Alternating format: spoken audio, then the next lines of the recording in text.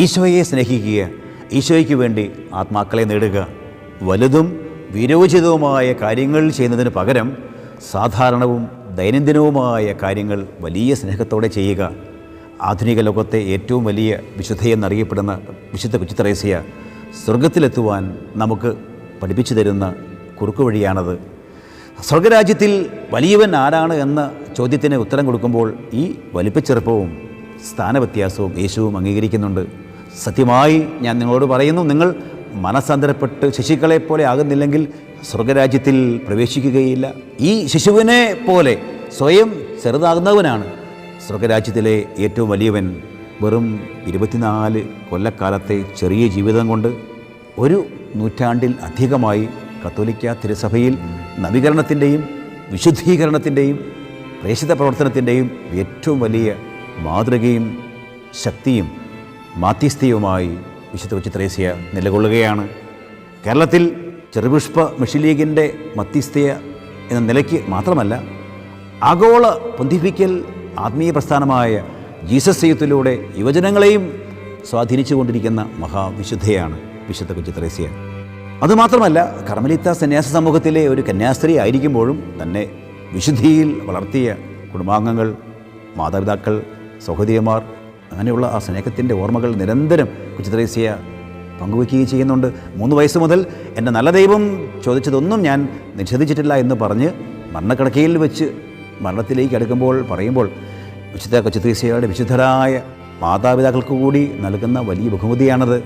ഇളയ മകളായ കൊച്ചു ത്രേസ്യയെ മാത്രമല്ല, തൻ്റെ 5 പെൺമക്കളെയും അച്ഛനായ ലോയി മാർട്ടിനും അമ്മ സെലീഗരിനും ചെറുപ്പത്തിലെ വളർത്തിയത് അങ്ങനെയാണ്. അതിന് 2 പേരെയും വിശുദ്ധ പദവിയിലേക്ക് ഉയർത്തിക്കൊണ്ട് തിരുസഭ വലിയ സമ്മാനം നൽകി.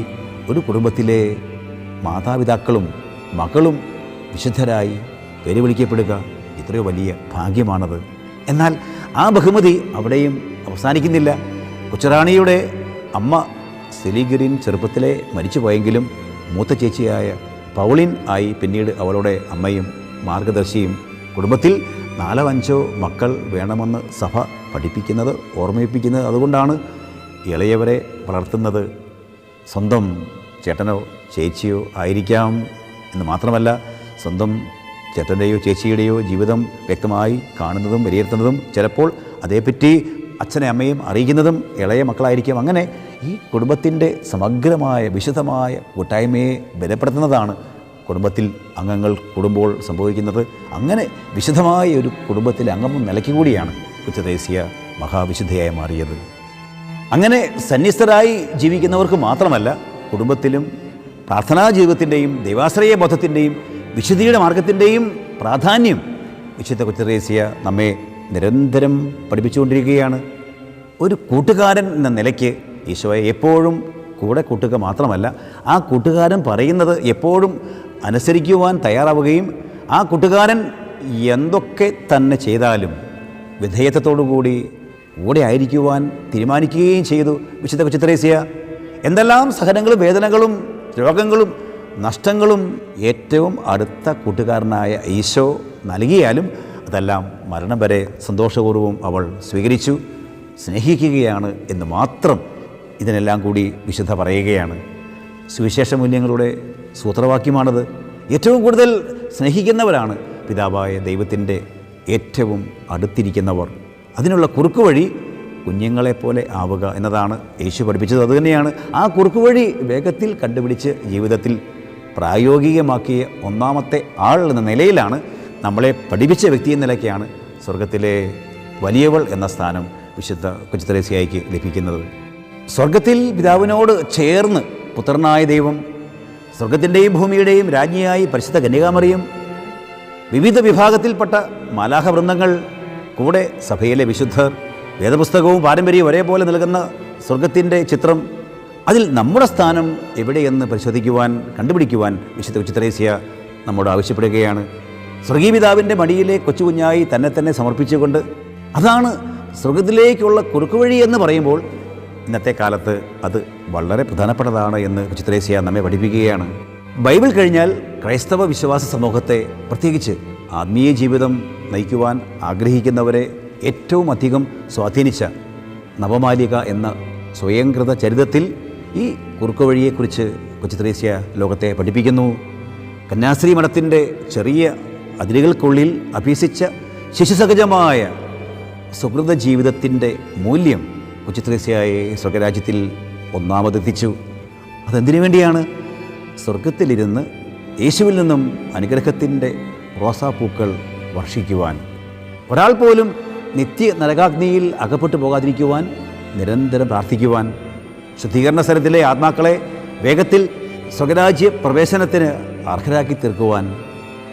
സ്വർഗത്തിൻ്റെയും ഭൂമിയുടെയും നാഥനായ പിതാവേ, നീ ഈ കാര്യങ്ങൾ ബുദ്ധിമാന്മാരിലും വിവേകികളിൽ നിന്നും മറച്ച് ശിശുക്കൾക്ക് വെളിപ്പെടുത്തിയതിനെ ഓർത്ത് പിതാവിനെ യേശു സ്തുതിക്കുന്നത് ഈ കുറുക്കുവഴിയെ ഉദ്ദേശിച്ചാണ് എന്ന് വിശുദ്ധ പറയുന്നുണ്ട്. സ്വസ്ഥമായി ശാന്തമായി പിതാവിൻ്റെ മടിയിലിരിക്കുക അവിടുന്ന് ശിശുവിനെ ലാളിക്കുന്നത് പോലെ നമ്മെ ആശ്വസിപ്പിക്കും, മാറോട് ചേർത്തണയ്ക്കും, മടിയിലിരുത്തി ഓമനിക്കും. ദൈവത്തിന് പ്രീതികരമായി സ്നേഹമല്ലാതെ മറ്റൊന്നുമില്ല. എനിക്ക് കുടിക്കാൻ തരിക എന്ന് സമറിയാക്കാരി സ്ത്രീയോട് ആവശ്യപ്പെടുന്നത് പാവപ്പെട്ട സൃഷ്ടിയുടെ സ്നേഹം യേശു ആഗ്രഹിക്കുന്നത് കൊണ്ടാണ്. യേശു മഹത്തായ കാര്യങ്ങളൊന്നും നമ്മോട് ആവശ്യപ്പെടുന്നില്ല. ആത്മാർപ്പണവും കൃതജ്ഞതയുമാണ് അവിടുന്ന് ആഗ്രഹിക്കുന്നത്. ചെറിയ കാര്യങ്ങൾ വലിയ സ്നേഹത്തോടെ വിശ്വസ്തയോടെ ചെയ്ത് വിശുദ്ധിയുടെ കുറുക്കുവഴികൾ ലോകത്തിന് വെളിപ്പെടുത്തിയ വിശുദ്ധ കൊച്ചു ത്രേസ്യ അത് ഇങ്ങനെയാണ് വിശദീകരിക്കുന്നത്. ആധ്യാത്മിക ശിശുത്വമാണ് പ്രധാനം. ശരണവും പരിപൂർണമായ ആത്മസമർപ്പണവുമാണ് ആ മാർഗം. ഫലപ്രദമാണെന്ന് എനിക്ക് തോന്നിയിട്ടുള്ള മാർഗങ്ങൾ ആത്മാക്കൾക്ക് കാണിച്ചു കൊടുക്കുവാൻ ഞാൻ ആഗ്രഹിക്കുന്നു. ഈ ലോകത്തിൽ നമുക്ക് ഒന്നേ ചെയ്യാനുള്ളൂ, ചെറിയ ത്യാഗങ്ങളാകുന്ന പുഷ്പങ്ങൾ ഈശോയ്ക്ക് സമർപ്പിച്ചും സ്നേഹപൂർവ്വം പരിചരിച്ചും അവിടുത്തെ നമ്മുടെ വശത്താക്കുക. ഞാൻ അങ്ങനെയാണ് അവിടുത്തെ വശത്താക്കിയത്. വിശുദ്ധ കൊച്ചു ത്രേസ്യയുടെ ആധ്യാത്മിക ശിശുത്വം ഇന്ന് എങ്ങനെയാണ് നമ്മെ സ്വാധീനിക്കുന്നത്? ഒന്നാമത്, വിശുദ്ധ കൊച്ചു ത്രേസ്യ കുടുംബത്തിൽ ശിശുവിനെ പോലെ ജീവിച്ചു. അംഗമായി ചേർന്ന സന്യാസ സമൂഹത്തിൽ ശിശുസഹജമായ നിഷ്കളങ്കതയോടെ പെരുമാറി പിതാവായ ദൈവത്തിൻ്റെ മടിയിൽ ഉറങ്ങുന്ന ശിശുവായി സ്വയം സമർപ്പിച്ചു. കുഞ്ഞായിരിക്കുമ്പോൾ തന്നെ സ്വകാര്യമായി ജീവിക്കുവാനും സ്വതന്ത്രമായി ചിന്തിക്കുവാനും സ്വന്തം തീരുമാനമനുസരിച്ച് പ്രവർത്തിക്കുവാനും കഴിയുന്ന ഇക്കാലത്ത് മാതാപിതാക്കളും സഹോദരങ്ങളും അറിയാതെ മെച്ചമല്ലാത്ത ബന്ധങ്ങളിൽ പെട്ടുപോകുന്നവരും തെറ്റായ ശീലങ്ങളിൽ അകപ്പെട്ടു പോകുന്നവരുമായ നിരവധി ചെറുപ്പക്കാരെയും കുട്ടികളെയും ഇപ്പോൾ ഈ കാലത്ത് തിരിച്ചറിയുമ്പോൾ അവരെക്കുറിച്ച് നമ്മൾ എന്താണ് പറയേണ്ടത്? അതിന് കാരണം ആരാണ്? അതിൻ്റെ കുടുംബവും അവരുടെ മാതാപിതാക്കളുമാണ്. ചെറുപ്പത്തിൽ ലഭിക്കുന്ന പരിശീലനം അതെവിടെയായാലും, വീട്ടിലായാലും കലാലയത്തിലായാലും സ്കൂളിലായാലും പഠിച്ചു വരുന്ന ആ അനുഭവത്തിൻ്റെ വെളിച്ചത്തിലേ മുമ്പോട്ട് പോകാൻ കഴിയുകയുള്ളൂ. കൊച്ചു ത്രേസ്യ പറയുന്നത് പോലെ ദൈവത്തോട് സംസാരിക്കുന്നത് പോലെ ഞാൻ എൻ്റെ അപ്പനോട് സംസാരിച്ചിരുന്നു. അത്ര അടുത്ത ബന്ധമാണ്. അപ്പനോട് സംസാരിക്കുന്നത് പോലെ ദൈവത്തോട് സംസാരിച്ചിരുന്നു. ഉറപ്പായിട്ടും ദൈവത്തിലേക്ക് എത്തിച്ചേരാനുള്ള ഏറ്റവും വലിയ മാർഗം അപ്പൻ്റെ അമ്മയുടെയും കൂടെ ജീവിതത്തിൻ്റെ ആത്മീയ പാഠങ്ങൾ പഠിക്കുമ്പോഴാണ്. ലൂയി മാർട്ടിൻ പ്രാർത്ഥിക്കുന്നത് കണ്ട് വിശുദ്ധർ പ്രാർത്ഥിക്കുന്നത് പോലെയാണ് എന്ന് കൊച്ചു ത്രേസ്യ പറയുന്നു. കുടുംബത്തിൽ ഒന്നും മറച്ചു വയ്ക്കാനില്ലാതെ എല്ലാം തുറന്നു പറയാനും ഉറച്ച ബന്ധം സ്ഥാപിക്കുവാനും അഗാധമായ സ്നേഹത്തിലായിരിക്കുവാനും കഴിയുന്നതാണ് ഏറ്റവും വലിയ ദൈവാനുഭവത്തിൻ്റെ ഉറവിടം. അത് കൃത്യമായി അനുഭവിച്ചറിഞ്ഞ കൊച്ചു ത്രേസ്യ അത് വെളിപ്പെടുത്തുന്നു. തങ്ങളുടെ 9 മക്കളിൽ 4 പേർ ചെറുപ്പത്തിലേ മരിച്ചുപോയെങ്കിലും ബാക്കി 5 പെൺകുട്ടികളെയും വിശുദ്ധരായി അവർ വളർത്തിയെടുത്തതിന് ദൈവം അവരെയും വിശുദ്ധ പദവിയിലേക്ക് ഉയർത്തുകയാണ്. മാതാപിതാക്കളുമായി നിരന്തരമായ ഹൃദയബന്ധം ഇല്ലാത്ത മക്കളുടെ ജീവിത വഴിത്താരകളിൽ അപകടങ്ങൾ പതിയിരിക്കുന്നുവെന്ന് കൊച്ചു ത്രേസ്യ നമ്മെ പഠിപ്പിക്കുന്നു. രണ്ടാമത്, ചെറുതായാലും വലുതായാലും നമ്മോട് ദൈവം ആവശ്യപ്പെടുന്നത് എന്താണെന്ന് അറിഞ്ഞ് അത് പരിപൂർണമായി ചെയ്യുക, പൂർത്തിയാക്കുക. തകർന്നു പോയ സ്വപ്നങ്ങളും സഫലമാകാത്ത പ്രതീക്ഷകളും പൂർത്തീകരിക്കാത്ത ആഗ്രഹങ്ങളും നിരാശയ്ക്ക് അടിപ്പെട്ട ജീവിതങ്ങളും വിഷാദം നിറഞ്ഞ ദിവസങ്ങളുമായിരിക്കാം ചിലപ്പോൾ നമുക്ക് സ്വന്തമായിട്ടുള്ളത്. ആത്മഹത്യയിൽ അഭയം തേടുന്നവരുണ്ട്. ദൈവത്തെ തള്ളിപ്പറഞ്ഞ് വിശ്വാസം കൈവിട്ടവർ അനേകരാണ്. അവിടെയാണ് വലിയ കാര്യങ്ങളൊന്നും ചെയ്യാനോ നേടാനോ നമ്മുടെ ദൈവം ആവശ്യപ്പെടുന്നില്ല എന്ന് നമ്മെ വിശുദ്ധ പഠിപ്പിക്കുന്നത്. അപ്പോൾ അതിഭീകരമായ കൊടുങ്കാറ്റ് ആഞ്ഞടിച്ചാൽ പോലും വല്ലാത്ത സഹനങ്ങളും രോഗങ്ങളും നമ്മളെ തേടി വന്നാലും നമ്മൾ നിരാശപ്പെടുകയില്ല, നമ്മുടെ സമാധാനം നഷ്ടമാവുകയില്ല. ദൈവിക പ്രസാദം നമ്മിൽ എപ്പോഴും നിറഞ്ഞിരിക്കും. നമ്മുടെ ശാന്തമായ പ്രതികരണം മറ്റുള്ളവരെ കൂടി സന്തോഷമുള്ളവരാക്കി തീർക്കും. മൂന്നാമത്, ചിന്ത, വാക്ക്, പ്രവൃത്തി, ജീവിതം എല്ലാം ഈശോയ്ക്ക് ഇഷ്ടമാണോ എന്ന് അന്വേഷിക്കുക. ഈശോയ്ക്ക് ഇഷ്ടമുള്ളത് മാത്രം പ്രവർത്തിക്കുക. സ്വന്തം ഇഷ്ടം പ്രവർത്തിച്ചിട്ട് ഈശോയെ സ്നേഹിക്കുന്നുവെന്ന് എങ്ങനെയാണ് പറയാൻ കഴിയുക എന്നാണ് വിശുദ്ധ ചോദിക്കുന്നത്. ഈശോയ്ക്ക് ഇഷ്ടമില്ലാത്ത എത്ര വലിയ കാര്യങ്ങൾ ചെയ്താലും നമുക്ക് യഥാർത്ഥമായ സമാധാനവും ആശ്വാസവും ലഭിക്കുകയില്ല. നിരന്തരം പ്രാർത്ഥനയിലായിരിക്കാത്ത ഒരാൾക്ക് ഈശോയെ സ്നേഹിക്കാനോ അവിടുത്തെ ഇഷ്ടം പ്രവർത്തിക്കുവാനോ സാധിക്കുമെന്ന് ഒരിക്കലും പറയാൻ കഴിയില്ല എന്ന് വിശുദ്ധ നമ്മെ പഠിപ്പിക്കുകയാണ്. അതുപോലെ തന്നെയാണ് കുഞ്ഞ് സാവകാശം വളർന്നു വരുമ്പോൾ തൻ്റെ ചെറിയ സംശയങ്ങളും ചോദ്യങ്ങളും എല്ലാം ചോദിക്കുന്നത് തൻ്റെ മാതാപിതാക്കളോടും മുതിർന്നവരോടുമാണ്. അവർ ക്ഷമയോടെ എല്ലാ കാര്യങ്ങളും തൻ്റെ കുഞ്ഞിന് പറഞ്ഞു കൊടുക്കും, വ്യക്തമായ ഉത്തരങ്ങൾ കൊടുത്തുകൊണ്ടേയിരിക്കും. അത് വല്ലാത്ത സ്വാധീനമാണ് അവരിലുണ്ടാക്കുക. അതേ മനോഭാവത്തോടെ ദൈവത്തോട് സംസാരിക്കുക, സംശയങ്ങൾ ചോദിക്കുക, ദൈവം പറയുന്നത് പോലെ പ്രവർത്തിക്കുക.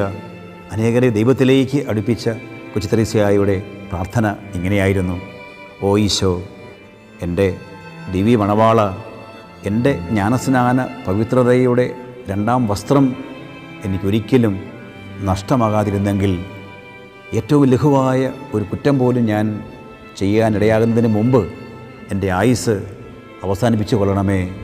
അങ്ങയെ മാത്രം അന്വേഷിക്കുവാനും അങ്ങയെ മാത്രമല്ലാതെ യാതൊന്നും കണ്ടെത്താതിരിക്കുവാനും എനിക്ക് അനുഗ്രഹം തരണമേ. സൃഷ്ടികൾ എനിക്കും ഞാൻ അവയ്ക്കും നിരർത്ഥകമായി ഭവിക്കട്ടെ. എന്നാൽ ഈശോ, അങ്ങ് മാത്രം എൻ്റെ സർവസ്വവുമായിരിക്കുക. മറ്റാരേക്കാൾ അധികമായി ഈശോയെ സ്നേഹിക്കണമെന്ന പ്രതിജ്ഞയോടെ ഈശോയുടെ കയ്യിലെ കളിപ്പന്തായി സ്വയം സമർപ്പിച്ച് ജീവിതത്തെ ദൈവത്തിന് പ്രീതികരമായ ബലിയായി സമർപ്പിച്ച കൊച്ചു ത്രേസ്യ തൻ്റെ വാഗ്ദാനം നമ്മിലും പൂർത്തിയാക്കട്ടെ. സ്വയം ചെറുതാക്കി ആരാലും അംഗീകരിക്കപ്പെടുവാനോ അറിയപ്പെടുവാനോ സ്നേഹിക്കപ്പെടുവാനോ ആഗ്രഹിക്കാതെ ദൈവത്തെ പ്രസാദിപ്പിച്ച കൊച്ചു ത്രേസ്യ സ്വർഗത്തിൽ നിന്നും അനുഗ്രഹത്തിൻ്റെ റോസാപ്പൂക്കൾ നമ്മിൽ വർഷിക്കട്ടെ. ജീവിതത്തിൻ്റെ ശിശുസഹജമായ നൈർമല്യവും നിഷ്കളങ്കതയും നഷ്ടപ്പെട്ടുവെങ്കിൽ അത് തിരികെ നേടുവാൻ കൊച്ചു ത്രേസ്യ നമ്മെല്ലാവരെയും സഹായിക്കട്ടെ.